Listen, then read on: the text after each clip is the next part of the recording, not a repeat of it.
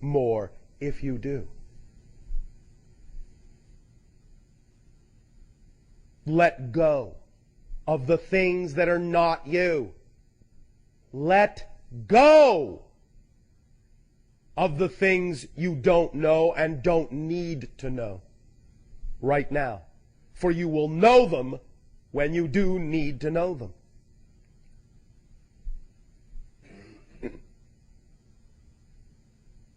As the energy on your planet accelerates, as you allow yourself more and more glimpses, more and more experiences, more and more opportunities to experience the knowing state, which is, as we pointed out, as simple as easy as saying, I am.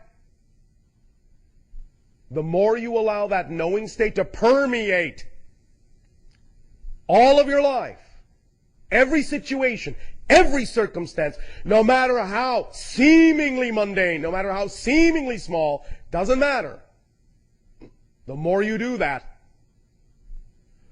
I guarantee you, the more you will suffer when you don't do that. Now, if that isn't some incentive, I don't know what is. I do not do it to scare you. I do not say it to make you afraid. We say it to let you know you are truly free to live in that knowing state and to live in it freely enough to know that you don't need to know everything all at once. Just what you need at that moment. We do not wish you to suffer. You do not wish you to suffer unless you do. But it's your choice. You don't have to believe us. You don't need to believe us. But you need to decide for yourselves what state you prefer. And you need to decide for yourself that it's easy to create that state. I am. The dots on the paper. The higher airplane.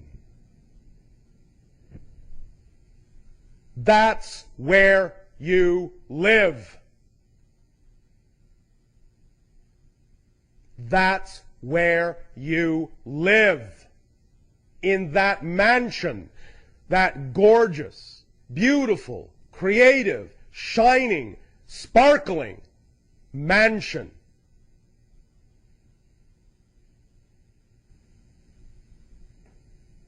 You do not need to live in the squalor of beliefs that do not serve you. If you choose to do so, understand that you're choosing to do so. There are no exceptions.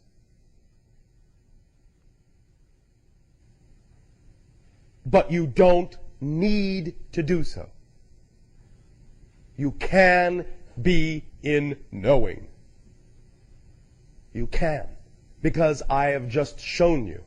It's as easy as I am.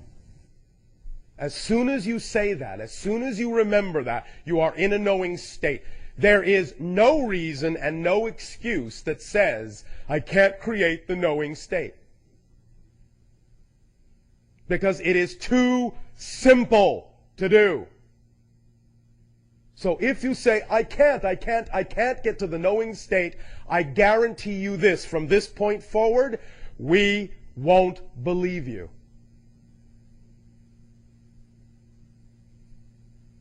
Say it out loud. I am. I am. It is an absolute fact. You didn't have to repeat that. But thank you for doing so. Shows you are in the moment. Because it's true. It is an absolute fact. If you want to say it out loud, by all means. It's an absolute fact.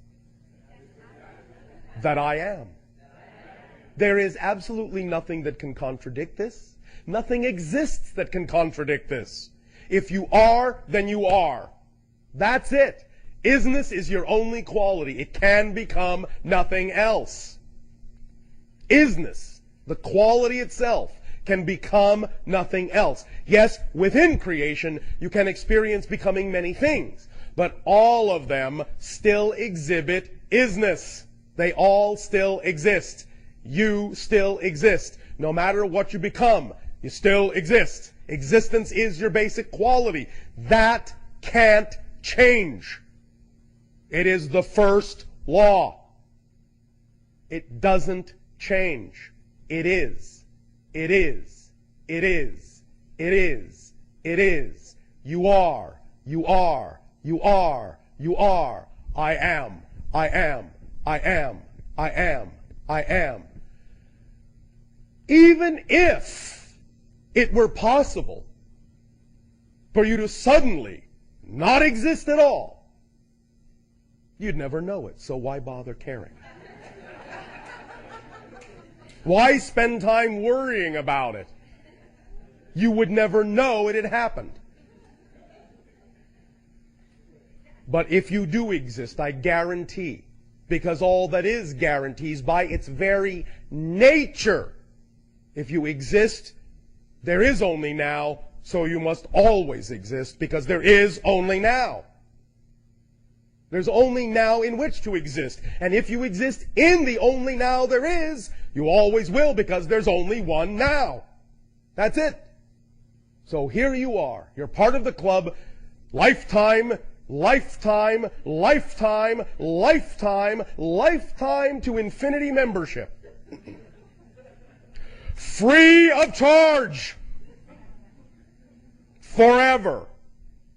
Start taking advantage of membership privileges. It's up to you. Stay in your knowingness. It's up to you. But now you know it is simplicity itself to be in that state. There is no rationale whatsoever that will make sense anymore that says that state cannot be achieved, because it is the actual easiest state to achieve, because it's the most basic state to achieve. So start from there, let it be obvious, and let the obviousness filter into every aspect of your life, and let it be all right to not know what you don't know. That's all it takes. That's all it takes to have absolute serenity in your life. On every level, for everything. Be in the now. Be in the knowing. Do you think it's an accident that in your language the words now and know are so close in structure? Be in the now and you will know. Be in knowing and you will always be in the now. Always. It's that simple.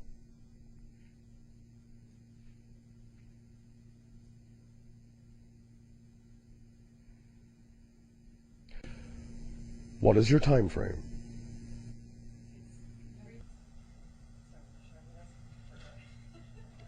We know you enjoy conferring about time.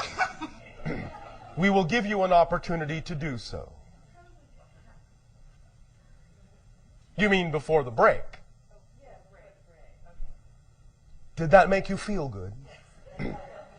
Have you come to a consensus now about the difference between time and timing? I was referring to the entire session, but I didn't realize we were having another break, so we're in agreement. I see. So the same event produced two different perceptions. Thank you for being an illustration of our first demonstration. Let us take 3 more questions.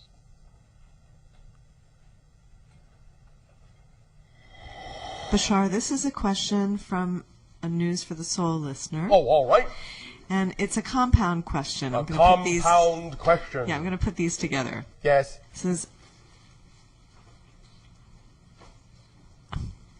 okay, I can talk the talk, but why is it so hard to walk the walk concerning faith when the chips are down and things aren't going my way? am I just deluding myself? And please explain where the line is, the limits of what is actually possible through the power of faith or knowing for real in this dimension of reality. To some degree, this question has already been answered. The idea simply is that any delusion that exists is the delusion that the negative belief systems hold sway over the positive ones. So when you say the chips are down, turn them up, because you have the ability to do so. It's not deluding yourself to turn them up, but the irony is you don't think you're deluding yourself when you turn them down. The idea is, as we have recently discussed also, yes, of course, you live in what might be described as a relatively limited reality, and of course, certain things will not be apropos to manifest in your reality.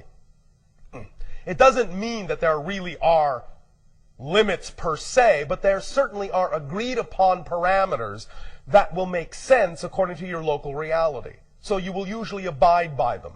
But with parameters, you have free rein to go far and wide in choosing anything that represents your creativity and joy.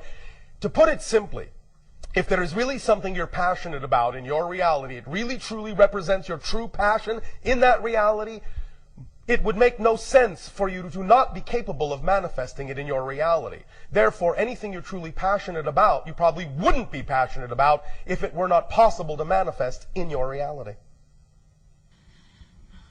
That sounds wonderful. We think so. Oh, what? We know so. Oh, that's great. Well, thanks very much, Bashar. You are welcome. Any other questions? Good afternoon, Bashar. And to you, good day. When we speak of the common time-space continuum, when Yes. you do, Yes. you speak of it as a three-dimensional continuum of space and time, time not being treated as a fourth dimension. Well, we're just using your colloquial vernacular. We understand that from your scientist's point of view, there are three dimensions of space and one of time, making you, in a sense, a fourth dimensional reality. Oh. But we also understand there are many different kinds of terminologies that exist in your reality about dimension and density, and it can, to some degree, be somewhat confusing. Understood. Einstein does refer to the fourth dimension as an imaginary dimension of space. Yes. Now, understanding, as I thought I had, that time and space are inseparable in my experience, Yes. I come across what they call M theory, Yes. which arrives, short version, at an 11th dimensional model Yes. in which they have 10-dimensional universes Yes. floating in an ocean Yes. of an 11th dimension of time. Yes.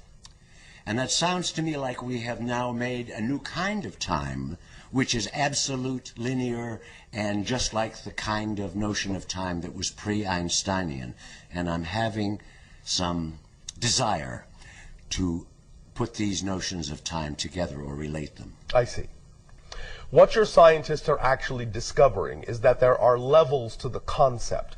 We sort of discussed this before when we said that anything outside the one does create some sense of, quote unquote, space-time referential positioning. But there are varying degrees of this. There are certain levels of this.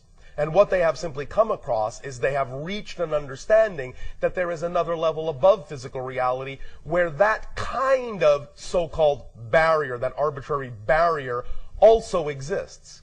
I'll put it another way.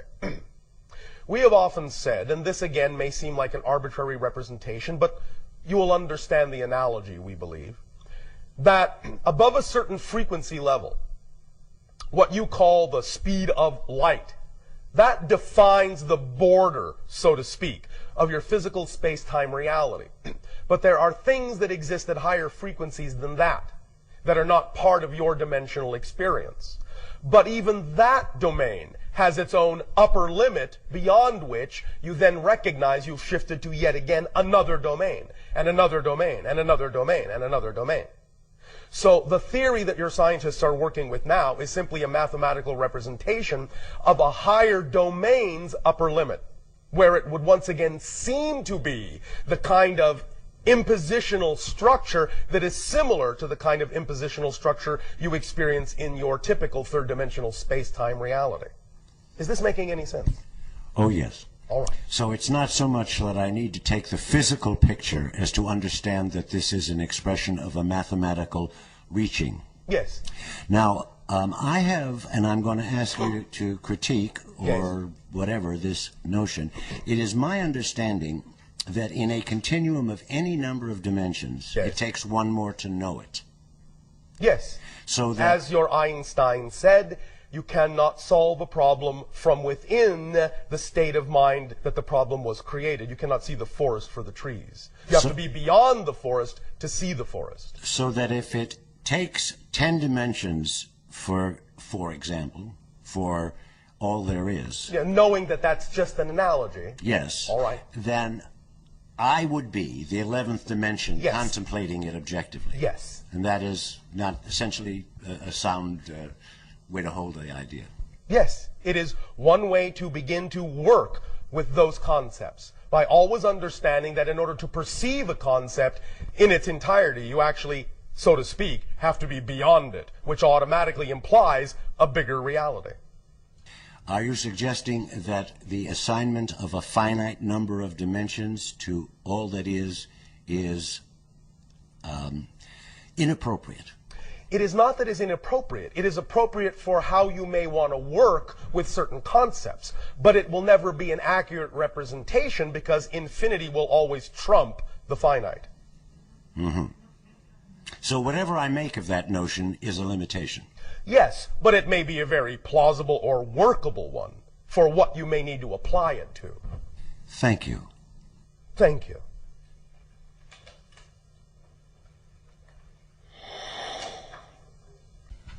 Hello, Bashar. And to you, good day. I know that I have chosen to suffer this weekend.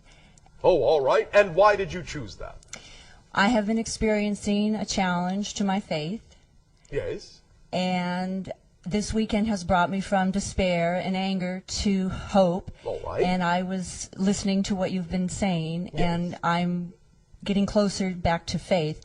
But I was Are you going beyond faith to knowing as well? No. And I was wondering if there was anything more that you would like to tell me to bring me to a stronger faith and towards I am not knowing. attempting to bring you to a stronger faith. I'm attempting to bring you beyond faith to knowing.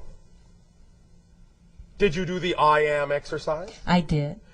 Do you understand that when you say I am, that that's an absolute fact? I do. Then you know. It's that simple. Did you not believe us when we said it was that simple? Is that part of the challenge? The challenge for me is when you say circumstances don't matter. Yes. Do you That's want me my to challenge. explain that? I want to know how I can believe that and demonstrate it. Oh, thank you. We often have said, though we understand how this first sounds in your language, we don't mean it negatively, that the greatest gift creation has given is that life is meaningless. There is no built-in meaning to situations or circumstances. They're just neutral props. I'll put it another way. You are aware, to some degree as we demonstrated earlier, that any given situation can actually produce even opposite results, yes? Yes. Or opposite perceptions, yes? Yes. All right. You can look at any situation and you could see a positive outcome or you could see a negative outcome of the same situation, yes? Yes. Well, that shows you that no situation's meaning is absolutely built in. It's determined by how you see it. So if you decide that a situation will have a positive effect on you, that's the effect it will have. If you decide it will have a negative effect on you, that's the effect it will have. The situation doesn't come with a built-in parameter that says it's going to affect you positively or negatively. That's in your hands to determine. So nothing has built-in meaning, and therefore that's why we say the circumstances don't actually matter. It's the state of being that matters, because it's the state of being that allows you to determine what meaning you will assign to those circumstances that are fundamentally neutral. Does that make sense? But if someone's in harm's way, Yes. how can that can you look at that in a positive way? All right, thank you. There is a difference between observing that something is mechanically negative or mechanically positive. Positive being segregative. In that sense, the negative being segregative, the positive being integrative. You understand? No. You don't? No. All right. When we talk about positive and negative, we're not talking about subjective good and bad. We're talking about an actual mechanical description of energy. That which is negative, in that sense, is that which segregates, separates, shall we say, isolates, disconnects, forms experiences of disconnection. That which is positive forms experiences of integration, unification, bonding, oneness. Do you follow that? Yes. All right. The idea being that if you operate on a fear-based definitional system, more often than not, you will experience more emotions of disconnection and greater fear. Thus, you are seeing that the mechanism is simply generating an expanded version of itself by perpetuating more doubt, more disconnection, more fear. Does that make sense? Very. More misalignment within your belief systems from your core. The fear itself is the expression of negatively aligned belief systems. Does that make sense? Yes. So, the idea being, when you see somebody operating in a negative way, or when you see a situation that you are saying someone is being harmed in, you can recognize the mechanisms that might be involved may be negatively based. Nevertheless, you can also recognize, as you can in many situations in life, that that being that person, while not necessarily excusing the negative behavior, might also allow others to learn something positive from it, or might give someone else a positive effect. I'll put a very simple example before you. We understand that it is negative when someone abuses another person. That's a negative act, perpetuated by negative beliefs. It is segregative, it is isolating, it is disruptive, it is disconnective. Nevertheless, if you came upon the situation where you're seeing someone being abused, and you come to their assistance and help them, then you are putting positive energy into it. And if you say, in seeing this, I am now inspired passionately to do what it takes to make sure this doesn't happen again on our planet, anywhere, then you are going to generate a positive effect out of what essentially started as a negative experience. Do you follow that? Yes. So it's how you use it. And that's why we simply say circumstances don't matter. Not to discount them, but to let you know it's what meaning you decide to give them that determines what effect you can extract from them and apply to your reality. Remember, everyone that is having an experience is fundamentally an eternal, infinite spirit. You follow me? Ultimately, everyone is just fine. Everyone, I'll put it colloquially, everyone goes to heaven, no matter what they've done, because that's the only place there is. The idea is that you are created in unconditional love, and that's the only place there is to go back to. Unconditional love. Now, individual beings may learn that they didn't necessarily want to operate in a certain way because it may have created an experience for them that is more negatively oriented than positively oriented. And they may learn to do something about that from that experience. That's up to them. But the point is that when we say circumstances don't matter, we're simply attempting to let you know that they are fundamentally neutral and that you can decide how they will actually affect your reality, what you will do with that experience. Just because the experience may start negatively doesn't mean that the only experience you can get from it is a negative one. You can actually use it to learn a lesson and actually create a very positive reality from that negative experience. Does that make sense? Yes. Also, when we say circumstances don't matter, but only states of being do, we are making a play on words of the term matter.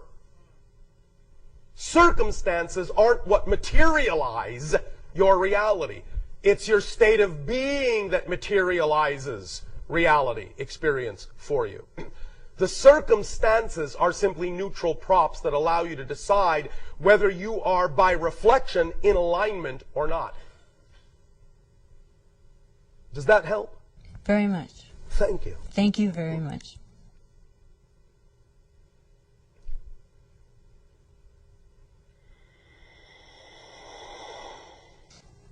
Hello again, Bashar. And to you, good day. All right, I'm curious now. Oh, all right. From what you sense right now, Yes. can human evolution lead to certain super abilities becoming more real? Yes. For example, radical, spontaneous change in physical form? Yes. Yes. Yes. Oh, okay. Flight? Yes. Spontaneous regeneration? Yes. Okay. Cool. There are actually already people on your planet, though they are not many in number, that can already do these things. Oh. You typically call them shamans. Okay. Cool. There's that temperature again. Yeah. It's very nice. Thank you very Does that much. help you? Yes. Thank you. Thank you. You may all at this time take a short break. We will resume contact with a story.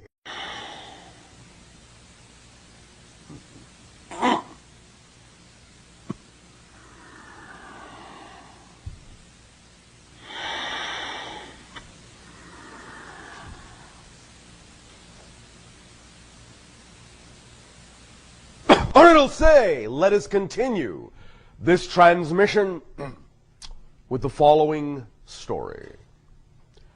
Relax, become comfortable, and let us begin in your traditional way, once upon a time.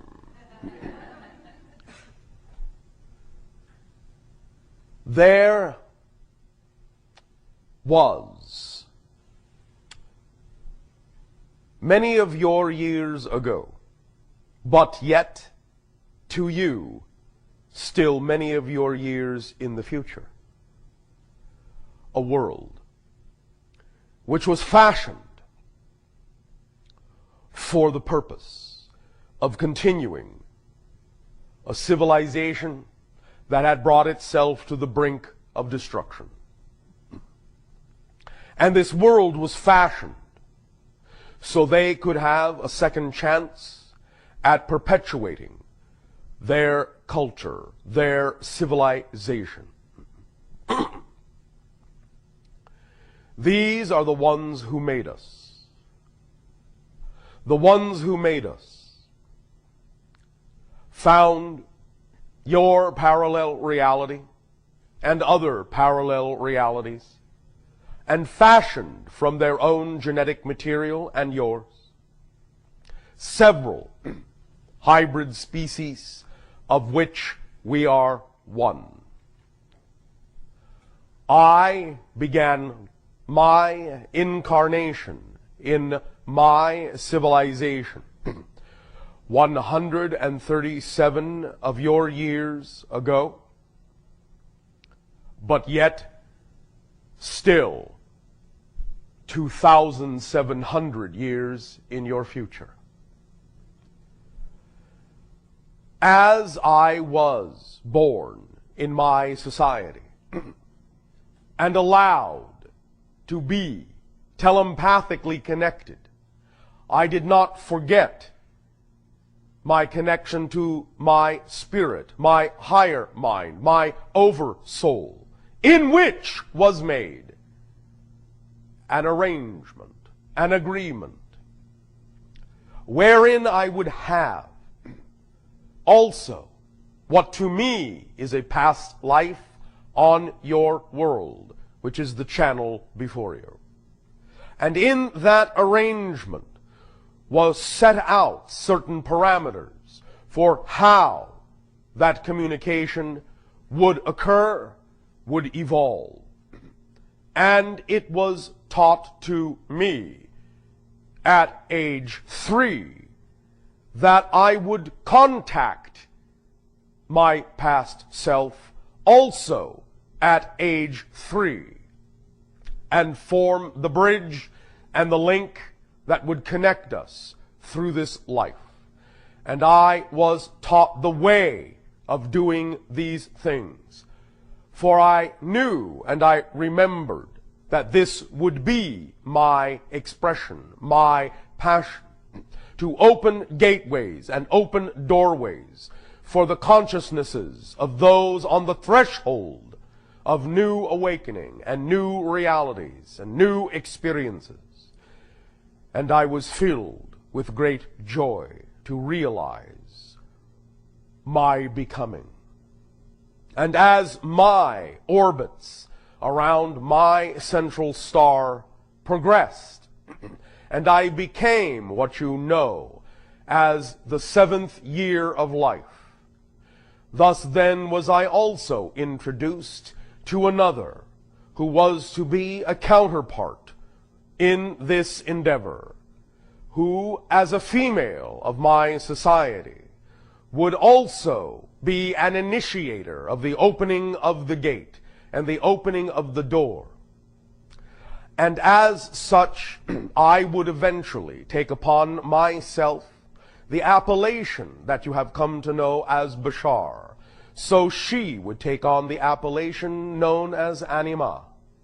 And in this way, together we would work to initiate contact and open many doors so that those civilizations with whom we would interact would eventually be those who would join the alliance of worlds.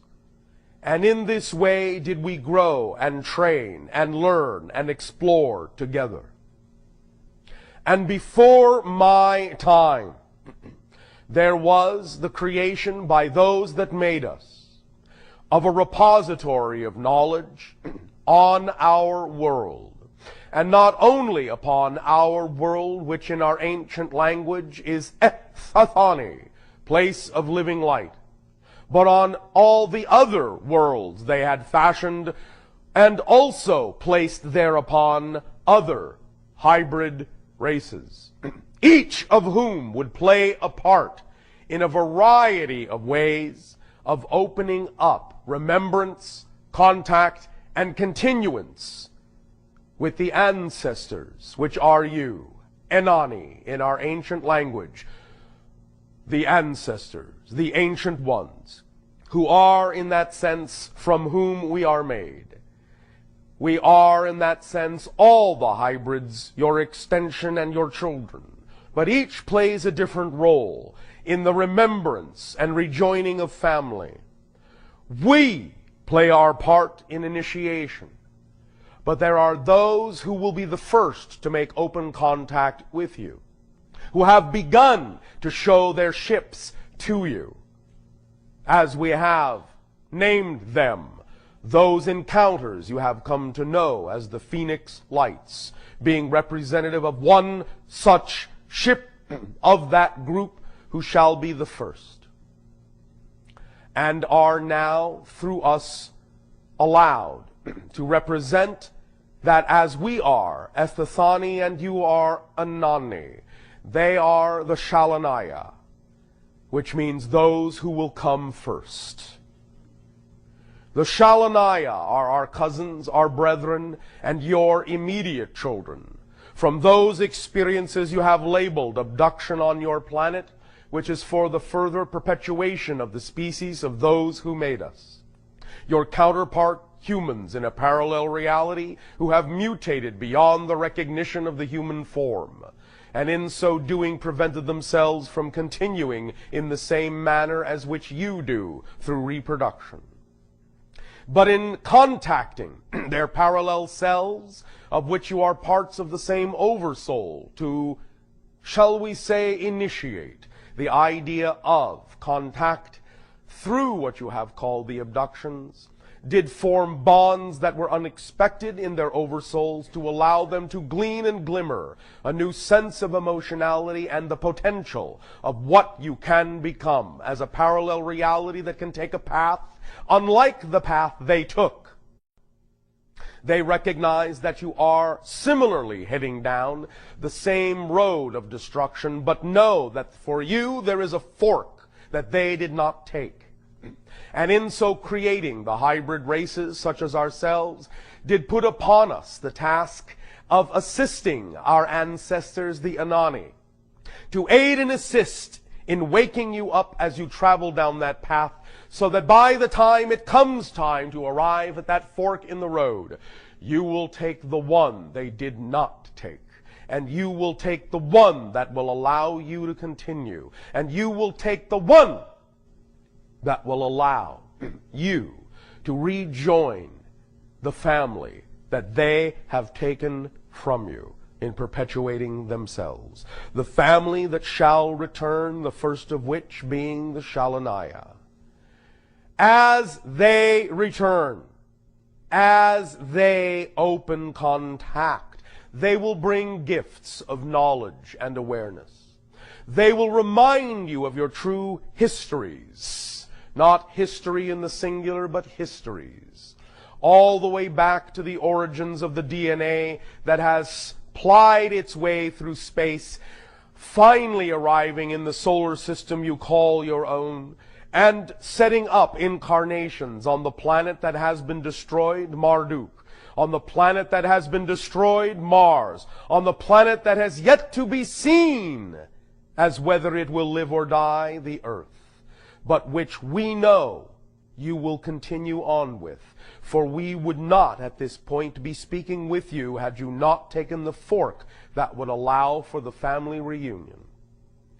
We thank you for taking the fork, and even though we know these are still what you would recognize as the dark days of confusion, when it does not always seem as if you are moving toward the light, from our perspective, the gift that you have given to us of life allows us to reflect our knowing back to you that that is the road you are on, for we are on it with you. And we will never, ever leave your side. Though we may present ourselves in various ways at various times and express our beingness with you in a variety of endeavors that shall take different forms, that shall transform, always it will be with the essence of ourselves left within that endeavor that shall continue side by side with you, the Anani, our ancestors.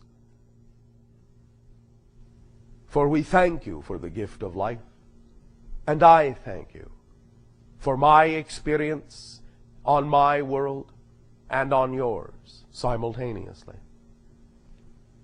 I am enriched, and we are all enriched by each and every experience you allow us to have of you.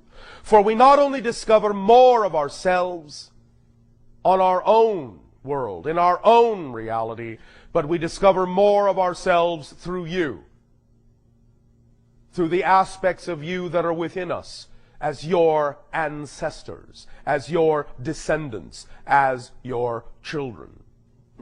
Fear not. Worry not. You will become what you desire to be. For we see you as you are in our time. And in our time, you are among the stars. And you know who you are. And in our time, there is another form of life on earth, learning its lessons, creating its experiences. But you will leave behind a few things they will ponder, and they will wonder about you and where you went. And in spirit, you will guide them. Even as in body, you will explore other worlds and assist others as we assist you.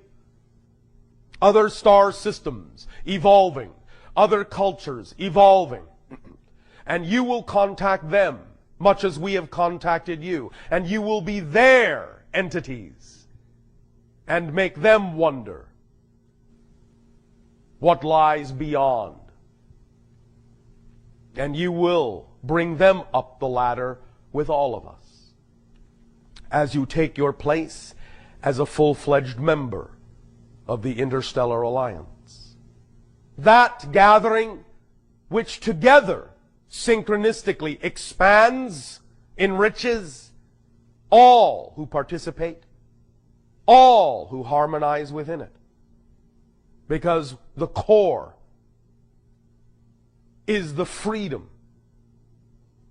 to be the fullest individual and to learn that by being such, that this is what creates the harmony of unity. That diversity and the strengthening of your diversity, your true nature, is what allows for the harmony of the unification to express itself perfectly and allows for continued expansion within all that is. We share with you our beating heart, for it is with the unconditional love of all that is that we speak with you, and that we remind you to know yourselves fully.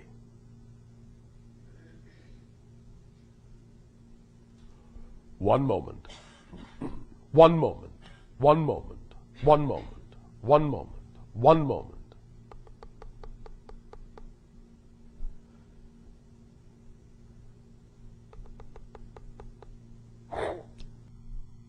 Look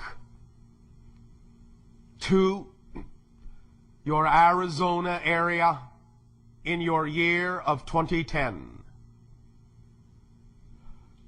There shall be another opportunity for contact with the Shalanaya. Look to your Arizona area in your year of 2010. There shall be another opportunity for contact with the Shalanaya. In your year of 2008, you shall have an opportunity to set in motion the circumstances in your society that will allow for the initial recognition to occur in 2010. In 2012, there shall be, in a variety of what you call sacred sites, another opportunity for recognition of the Shalanaya. 5 years hence from then, what you would call your year of 2017, there shall be the first broad awakenings of the memories of contact that has occurred in and around various cities. People will awaken to dreams that are memories.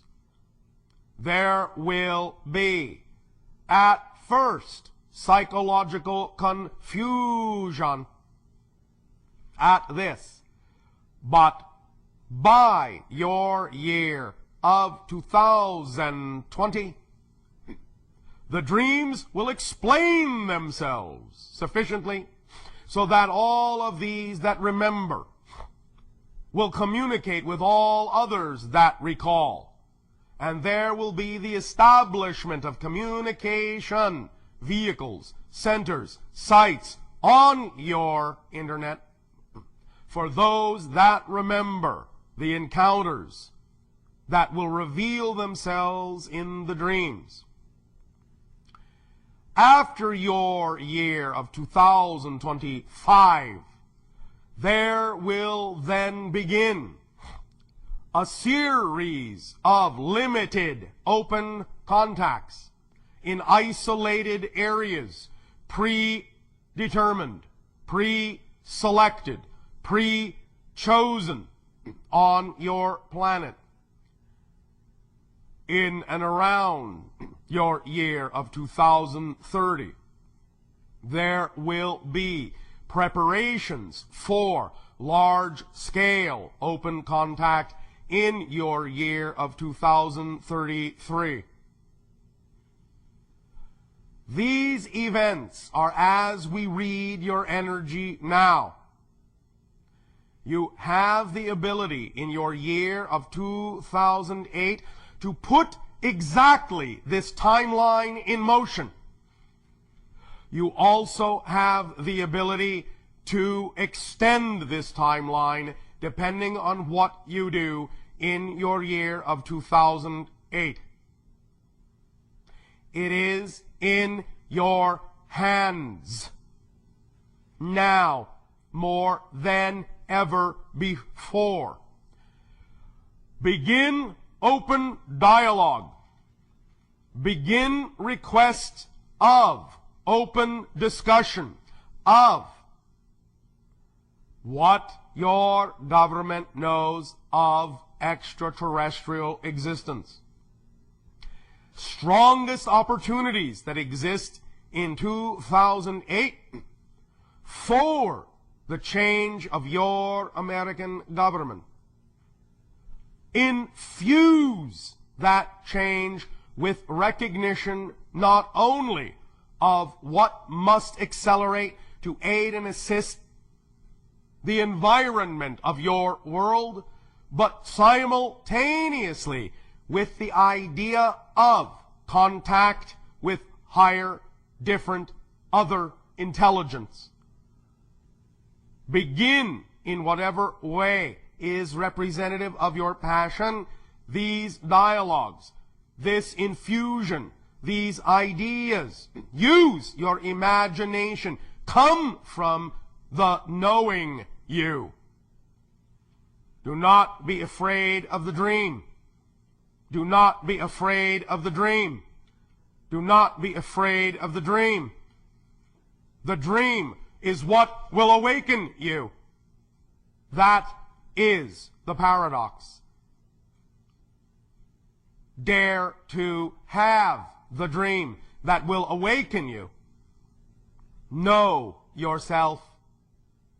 And as you know yourself and give off more of the frequency of your true essential nature, the Shalanaya shall recognize you by that sign and shall gravitate toward those they must meet when the time comes, when the reunion happens.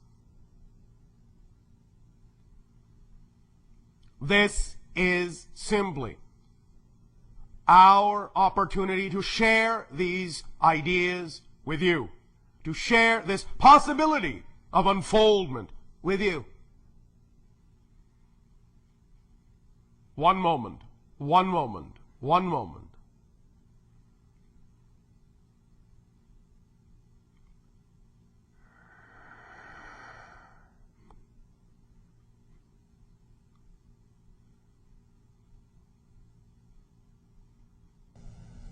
Mommy, Daddy,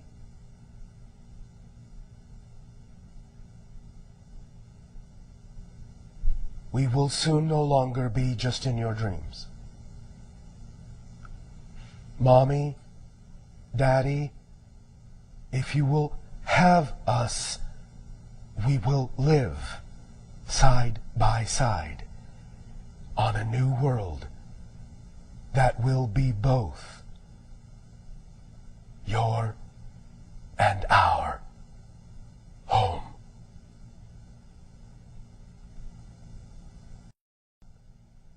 We will be in your dreams. Good night, Mommy. Good night, Daddy. We will see you soon.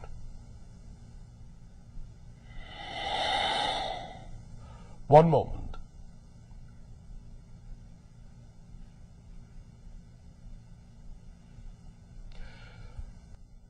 Your world is preparing to experience a level of unconditional love in the near future unprecedented on your planet.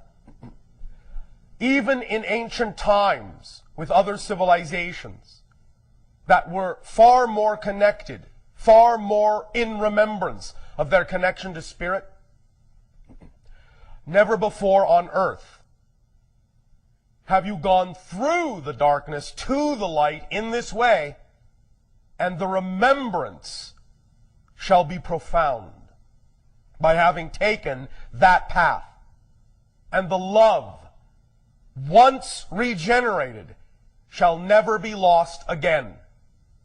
And in 1,000 of your years, you will no longer incarnate at all as humans on your world, but will, as we said, leave it for others to use for their own journeys, their own experiences, their own discoveries of self, but you will guide them, you will aid them, you will be their spirits, you will be their entities.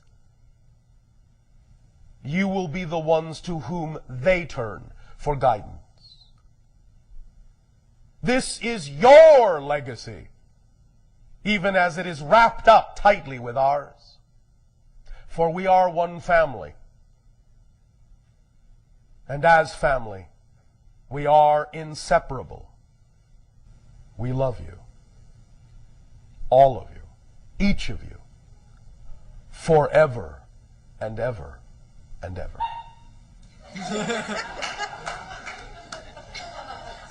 Doggy toys.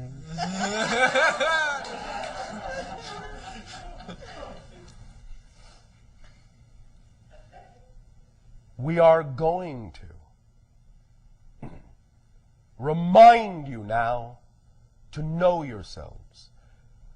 Remember the simple things we have shown you here. The simple ways, the I am, to be in knowing, the dot on the paper. That's all it takes. Know what you know. You don't need to know what you don't know right now. That is sufficient for you to be all you need to be in this moment. Enjoy yourselves as we enjoy you.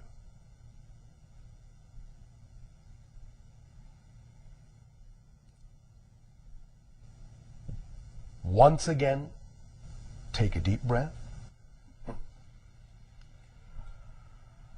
Let it out. Take another deep breath. Let it out and let all the anxieties go. No worries, no anxiousness. Take another deep breath. And hold it, and hold it, and hold it. And as you let it out, release and say out loud, I am. And that's all I need to be. And so it is. We will extend to each of you at this time in perfect timing our deepest heartfelt, unconditional love for the co-creation of this interaction. And simply, we remind you that no matter in what form it comes, there are more surprises ahead, more excitement around the bend. Your imagination is limitless. Let it be your guide. And it will always lead you into the perfect place and the perfect time and the perfect surprise to discover more of your knowing self. And we will see you in and in between your dreams. Our unconditional love to you, and good day.